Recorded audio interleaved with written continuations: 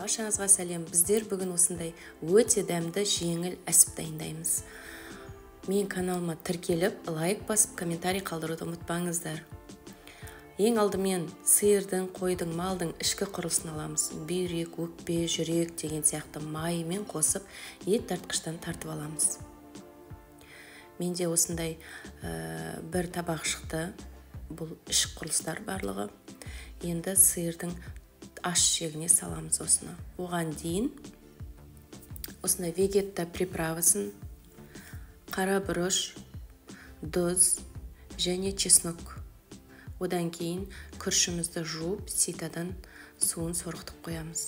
Енді барлығын ішкі құрылыстарымызға саламыз. Бұрыш, мен барлығын көз мөлшермен жаздым, бірақ сіздерге описанияға толықтай жазып қоямын. Тұзымды, приправаны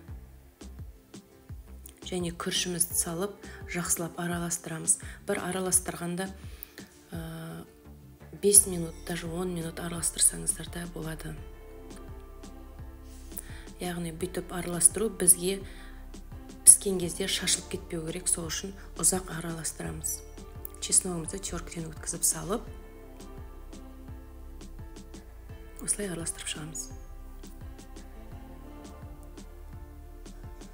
Енді манағы шегімізге осылай саламыз. Мен екі түрін көрсетемін. Бірі осылай салуға да болады. Мінекей өстіп салып, барлығын жайып аламыз. Біздерде шегіміз ұзын болады, соны 4-ке де, 3-ке де бөліп алуға болады. Өзіңіздің неңізге қарай ол.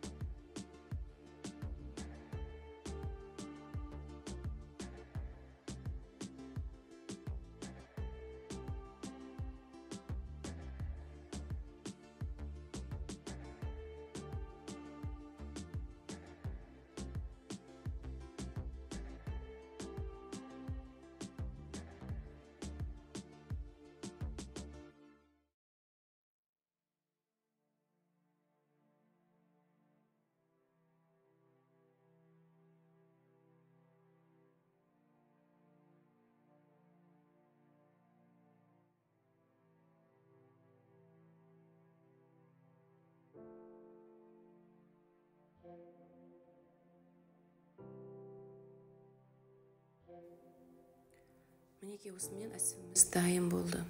Менде осылай көп шықты. Бұл бір соғымның көктемге дейін жейтін колбасамыз, яғни әсіміз.